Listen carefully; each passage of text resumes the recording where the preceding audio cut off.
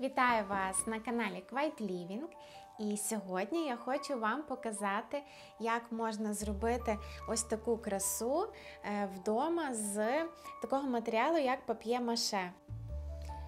Тож, у мене на стелажах не лише журнали Quiet Living, а я купила в Юск такі коробочки, в яких зберігаю матеріали для пап'є-маше, глини чи фарб. І зараз вам покажу, що в мене тут є. Щоб творити красу, потрібно мати красиве середовище, атмосферу і красиве зберігання всіх речей. Однакові, в мене таких 4, і туди я складаю реквізит для творіння. Покажу вам пап'є-маше, яке це фірма Jovi, іспанська, здається. І це готова суміш для ліпки. Звичайно, можна зробити з переробленого паперу, з клею ПВА, загущувача і ще щось, тобто по рецепту самотужки, щоб не купувати готову суміш. Але саме цим я бавитися не хотіла, оскільки треба було би робити багато експериментів, щоб знайти точно ту формулу, яка би класно працювала. Тому я купила готову суміш. Тут є 680 грам, і цієї суміші мені точно вистачило на 2 вази, можливо і більше. І я просто купувала кілька упаковок, бо ще робила лампу. Я так не засікала, скільки в мене пішло, але точно на 2 вистачить. Далі, тут я маю інструменти, які лежать на такій тарілочці з арахом. Але ці інструменти більше пасують до глини, бо з глини я також дещо робила, вам покажу. Також в мене є клей ПВА 2 видів, цей з епіцентру, це Рос купував для себе, він водостійкий і дуже класний, він дуже швидко склеює, як клей, суперклей. І є також від Art Composite, теж водостійкий клей, який я купувала в художньому магазині. Це потрібно склеювати, наприклад, ручку до вази. Так, і також тут в мене зберігається глина. Глина від фірми Kohinoor. Це є самозастигаюча, тобто їй не потрібно випалювання в печі, якої, звісно, вдома ми не маємо. І вона висихає за 24 години. З нею можна ліпити, наприклад, ось в мене вийшов свічник. Ще зробила лампу в санвузол, теж вам покажу, вона дуже класна. Також з нього з глини я зробила ось такий кензан для квітів. Сюди можна запихати стебло, ставити в кашпо. І єдине, що глину не можна мочити, бо навіть лак її не захищає. Я вже на цьому переконалася, вам показувала. Тож такий кензан можна використовувати для сухоцвітів. І мені дуже подобається такий камінчик, він такий класний. В іншій маю фарби. Основна моя фарба акрилова такого молочного відтінку від Art Composite, також в художньому магазині продається. Ця баночка в мене 2 роки і ще стільки лишилося, тобто вона зберігається довго. І до фарби я додаю звичайну соду, бо якщо пофарбувати вазу, звичайно, цією фарбою, то текстура буде така гладенька, як звичайна фарба. А якщо пофарбувати, додавши соду, то текстура така більш фактурна і цікавіше виходить. Тому додавати соду дуже класно. І також в мене тут різного кольору для фарби для смужок. Є маленькі набори, є більші. Тож, в мене є уривки, які я знімала для Instagram, і покажу, як вам робила.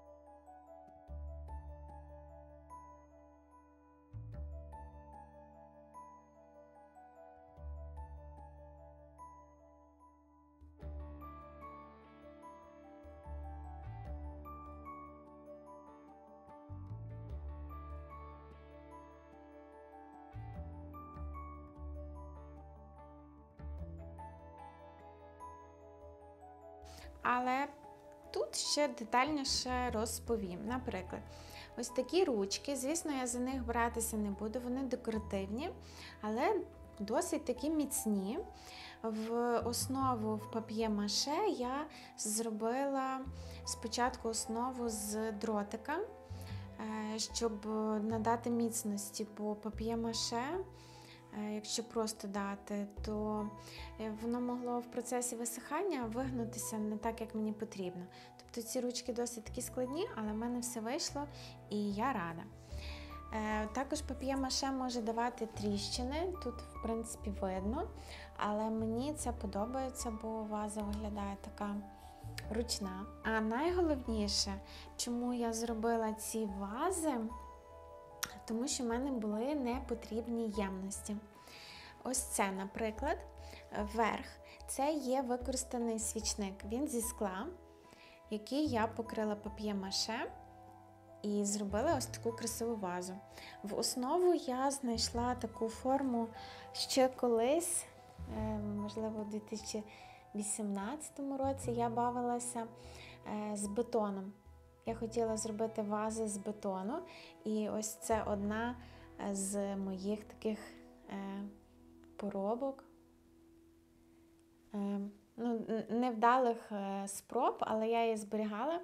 І ось використала основу з свічником, я склеїла на клей ПВА. Все тримається. Всередину я пофарбувала акриловою фарбою. І можу використовувати це як вазу або як ось таке кашпо для крокусів. Якщо робити просто з пап'є-маше вазу, то в неї не можна лити воду. А мені було цікаво зробити так, щоб я могла ці вази використовувати з живими квітами або ось таким чином, як кашпо. Тому я поєднала два в одному. Бажання зробити з пап'є-маше і бажання використати ємність, яку я б могла викинути, а вона стала ось такою красою. Ось ця ваза моя найперша. З нею все почалося. У мене була ваза звичайної циліндричної форми з IKEA, і я нею майже не користувалася. І також в мене була надбита красива керамічна тортівниця від H&M Home. І ці речі я не використовувала, бо тортівниця була надбита.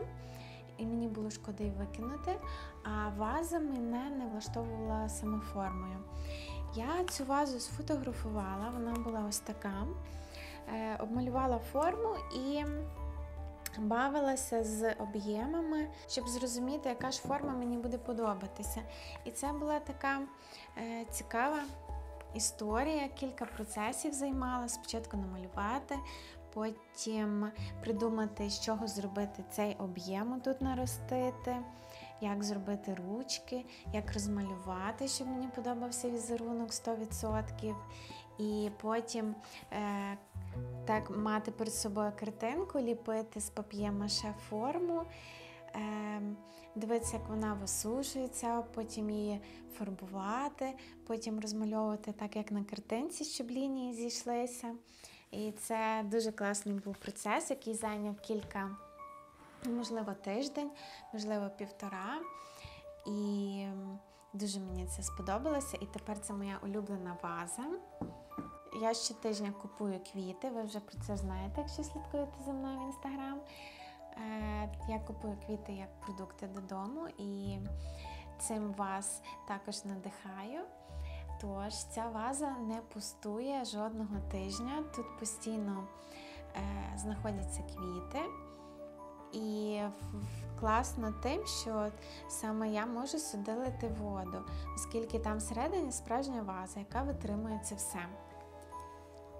Ця ваза не з пап'є-маше, але вона ресайклінг, тому що, або реюзінг. Це була ваза з юск, яку я купила, можливо, у 2018 році. І також, можливо, рік, тобто я нею майже не користувалася, оскільки тут таке горличко дуже маленьке, і тут пасує лише якась одна квітка або гілочка. І хоча колір був такий красивий, нейтральний, але я нею не користувалася. Я вирішила її пофарбувати, зробити такі смужки. І така міні-колекція в мене вийшла. І тепер це також одна з улюблених ваз. І ще одна ваза.